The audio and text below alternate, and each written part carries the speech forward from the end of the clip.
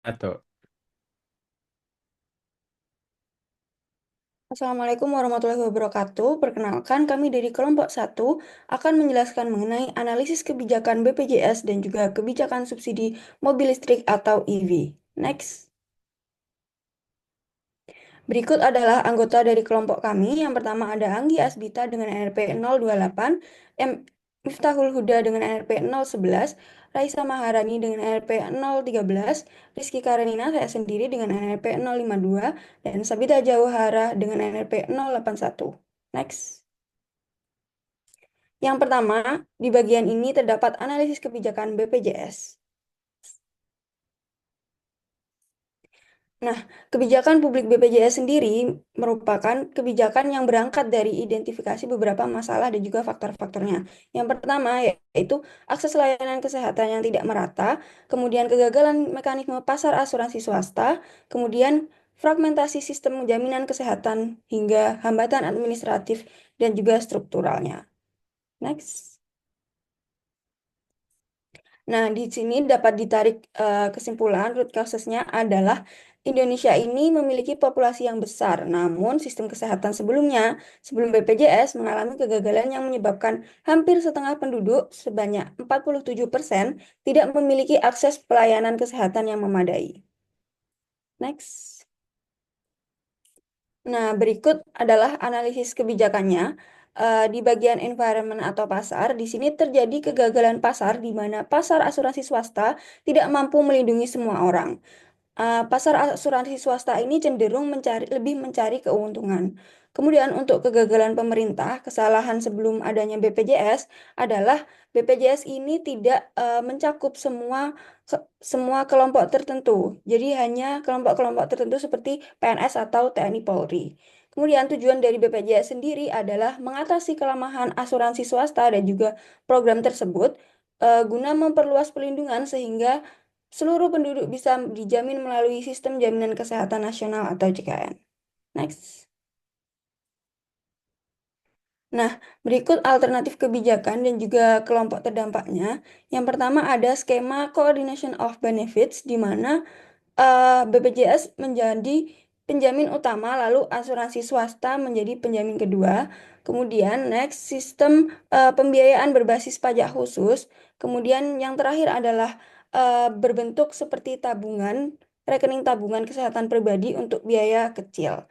Kemudian berikut aktor yang terdampak. Yang pertama tentunya masyarakat miskin dan juga kemudian ada pekerja formal, pekerja informal, anak dan lansia, fasilitas kesehatan dan tenaga kesehatan, pemerintah pusat, dan juga yang terakhir ada asuransi swasta. Next.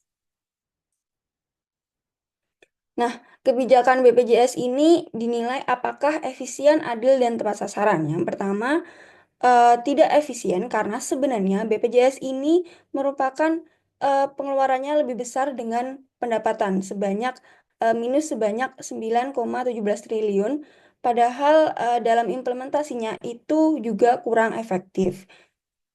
Kemudian tidak cukup adil karena BPJS ini sebenarnya sudah adil, namun dalam proses implementasi tersebut masih terdapat ketimpangan. Kemudian yang terakhir adalah tidak tepat sasaran karena eh, namun tidak tepat pada kualitas akses. Seperti terdapat beberapa wilayah yang kualitas pelayanannya masih buruk dan tidak merata. Next.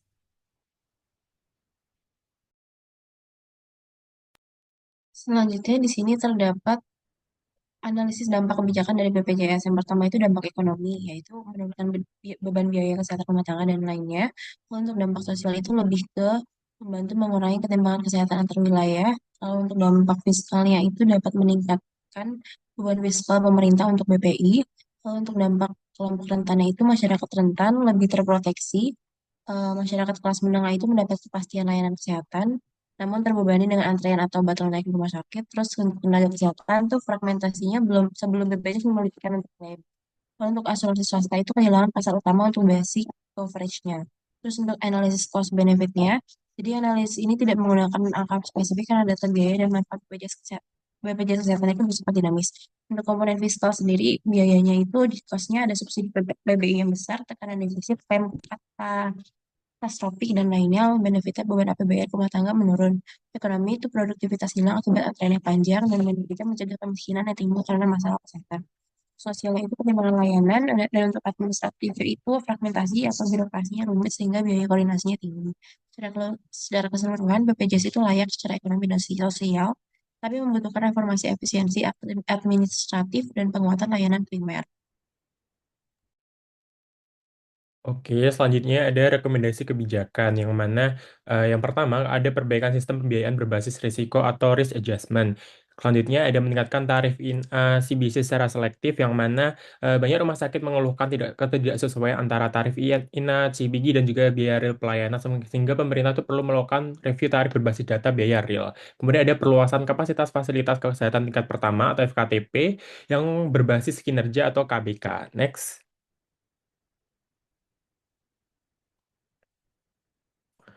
Oke, selanjutnya digitalisasi menyeluruh atau interoperabilitas data yang mana banyak hambatan implementasi JKN terjadi karena integrasi data yang lemah. Pemerintah itu perlu membangun National Health Data Exchange atau NHDE yang menghubungkan antara BPJS, Puskesmas, rumah sakit, apotek, juga laboratorium.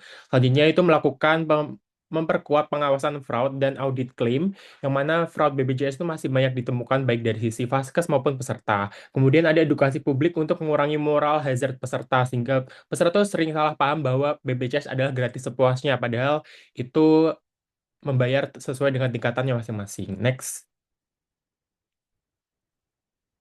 Nah, selanjutnya ada analisis proses politik juga kelompok kepentingan yang mana aktor-aktor utamanya sendiri. Pertama ada pemerintah pusat terdiri dari Kemenkes, Kemenku, Kemenban RB, yang mana kepentingannya itu menjaga keberlanjutan fiskal dan memastikan layanan publik itu standar. Kemudian ada dari BPJS sendiri sebagai operator sistem yang kepentingannya menjaga stabilitas dana JKN dan juga memastikan kepesertaannya aktif. Kemudian ada DPR yaitu di Komisi 9 juga Komisi eh, 11 yaitu membidangi kesehatan sedangkan komisi itu membidangi keuangan. Kepentingan itu mengawasi anggaran JKN itu sendiri. Next.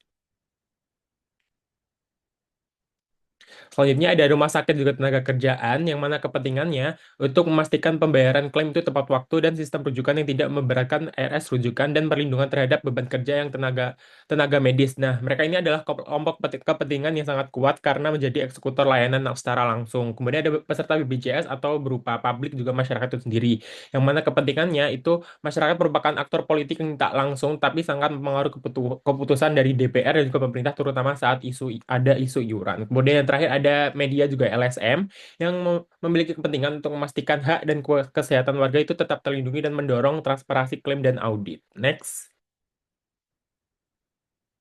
Nah, kompromi dalam proses APBN itu dalam menyusun APBN dan anggaran JKN itu menjadi bagian terbesar dari belanja kesehatan. Nah, kompromi biasanya terjadi pada besaran iuran PBI yang mana disusun melalui negosiasi Kemenku dan Kemenkes dan DPR yang faktor yang dipertimbangkan tuh biasanya ada kemiskinan, inflasi medis, juga kemampuan fiskal. Kemudian ada dana kapitasi puskesmas yang sering menjadi objek revisi karena terkuat kualitas layanan dasar dan pemerataan kesehatan. Next.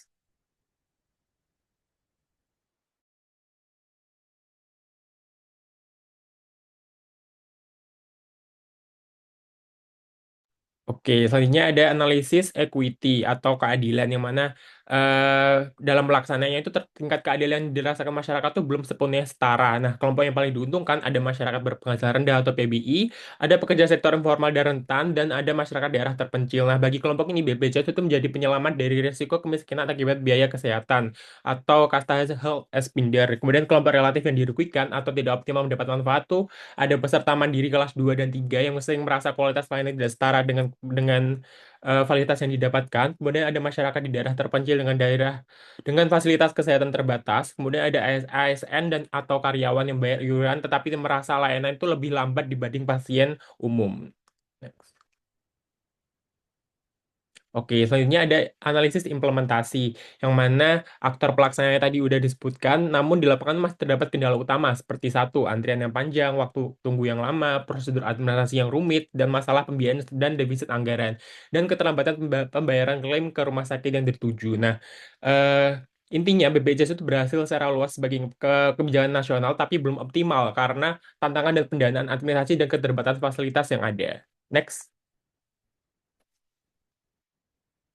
Selanjutnya ada analisis trade-off efisiensi dan versus equity, yang mana BPJS itu lebih cenderung pada prinsip equity atau keadilan dibanding efisiensi ekonomi murni. Nah, dari sisi equity-nya, kebijakan itu menjamin semua warga bisa mengakses mulai dari rakyat miskin, kelompok rentan, dan lain-lain. Namun, itu masih menimbulkan beberapa tantangan terhadap efisiensi. Kemudian dari sisi efisiensinya sendiri, itu dilihat dari sisi biaya dan juga manfaat.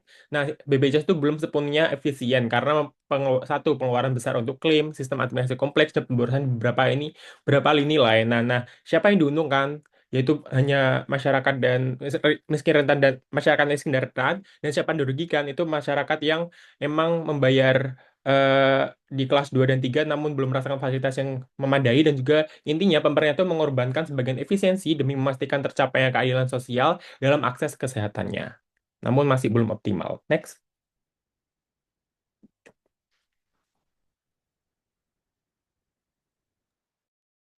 Untuk itu kami melakukan analisis kebijakan subsidi mobil listrik atau EV sebagai menyeimbangkan kebutuhan kesehatan publik dengan strategi penguatan ekonomi jangka panjang. Next. Nah, dari identifikasi masalah dari kebijakan publik ini kami identifikasi terdapat tidak keberkelanjutannya beban fiskal subsidi energi yang mencapai 169,5 triliun pada tahun 2024. Kemudian ada krisis ekstrim dan lingkungan. Kemudian ada ancaman deindustrialisasi. Dan yang terakhir ada ketimpangan infrastruktur dan akses energi. Lalu yang menjadi penyebab masalah kebijakan ini yaitu yang pertama disparitas harga dan tingginya cost of ownership. Lalu yang kedua ada infrastruktur yang saling ketergantungan. Yang ketiga ada ketertinggalan dan keengganan perubahan teknologi di industri otomotif. Dan yang terakhir ada hambatan birokrasi dan desain kebijakan yang kurang tepat. Next.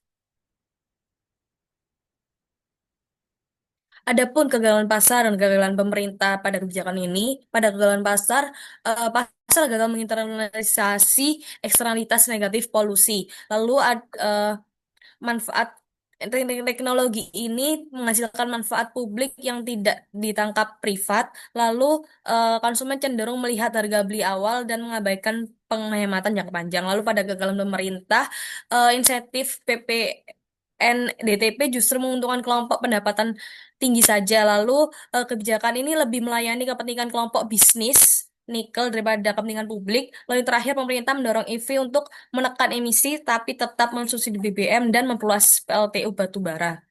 Adapun tujuan kebijakan eksplisit dan implisit, pada tujuan eksplisit yang pertama yaitu mendorong transformasi ekonomi menuju manufaktur berbasis teknologi baterai.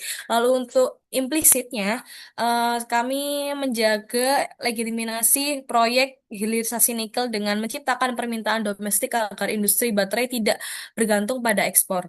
Adapun alternatif kebijakan yang kami sarankan, yaitu yang pertama skema VBET yaitu dari bonus kemudian malus.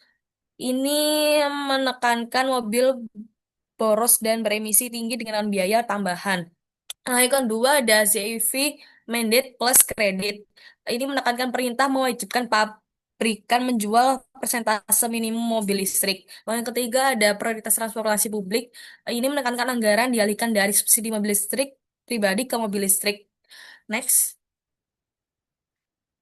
Apa masalah utama dari kebijakan subsidi mobil listrik ini? Masalah utamanya ada di eh, ketimpangan prioritas kebijakan yang didorong oleh kepentingan sisi penawaran di atas kebutuhan sisi permintaan real. Akar masalahnya dari filosofi, filosofi kebijakan yang bias industri daripada berorientasi pada penyelesaian masalah mobilitas.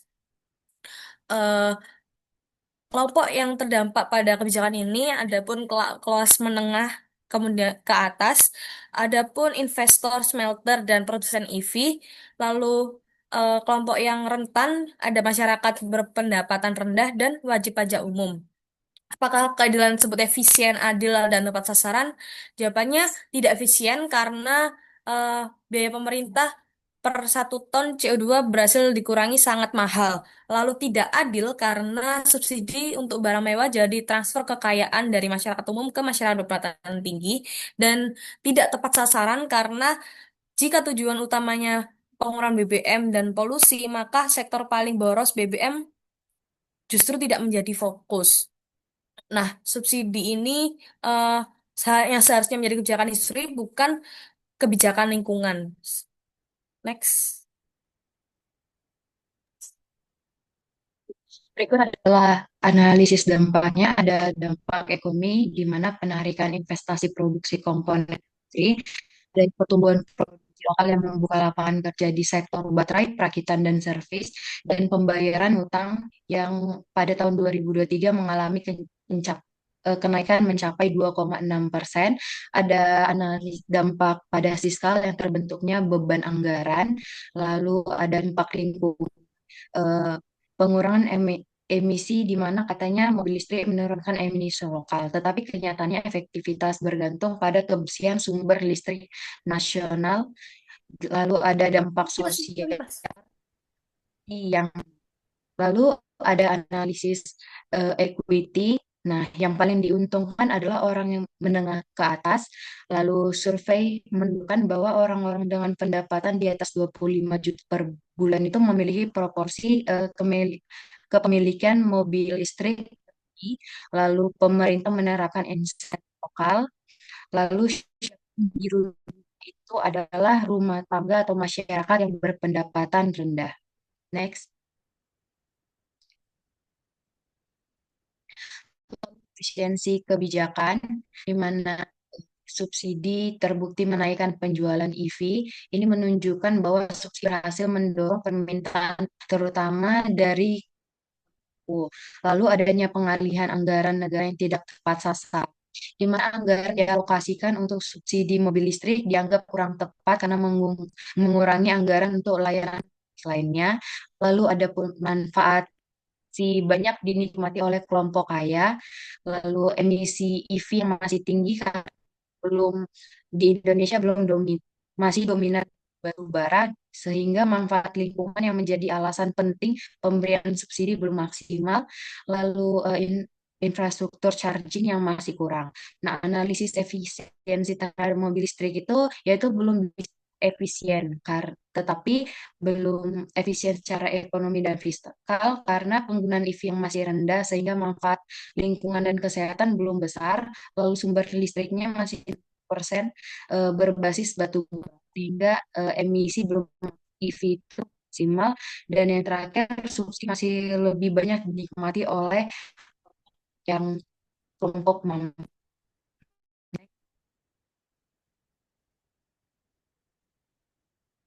Lalu ada implementasinya. Nah, bagaimana implementasi EV subsidi ini di lapangan? Nah, kebijakan ini dijalankan itu lewat berbagai insentif lokal seperti potongan PPN, pembebasan pajak daerah. Nah, pemerintah mengeluarkan pres dengan kriteria untuk mobil listrik murni dengan TKDN minimal 4% dan mekanisme penyalurannya eh, dalam bentuk potongan harga atau PPN, dan insentif tambahannya berupa seperti daerah seperti Jakarta memberi PKB dan BBNKB untuk mendorong penggunaan mobil listrik. Nah, lalu ada tim pelaksanaannya yaitu Kementerian Perindustrian, Kementerian Keuangan, dealer dan produsen mobil listrik, bank, dan pemerintah daerah. Adapun hambatannya seperti TKDN yang belum tinggi, hingga tidak semua mobil listrik memenuhi syarat subsidi. Lalu bisa bahwa harga mobil EV yang masih tinggi dan struktur belum merata, dan juga terakhir pengetahuan masyarakat yang masih minim. Next. Analisis apakah kebijakan itu lebih condong ke efisiensi atau keadilan.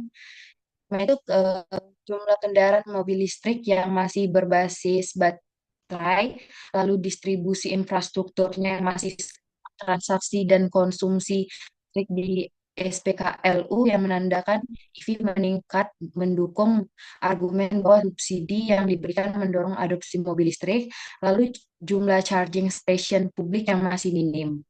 Next. Lalu yang terakhir domisi bahan bakar fosil di mengurangi potensi pengurangan emisi CO2 dari EV yang menandakan bahwa klaim lingkungan bersih masih relatif lemah. Nanti seakan di lapangan tadi kebijakan subsidi mobil listrik di Indonesia saat ini mengacu pada efisien, bukan untuk mencapai keadilan sosial. Hal yang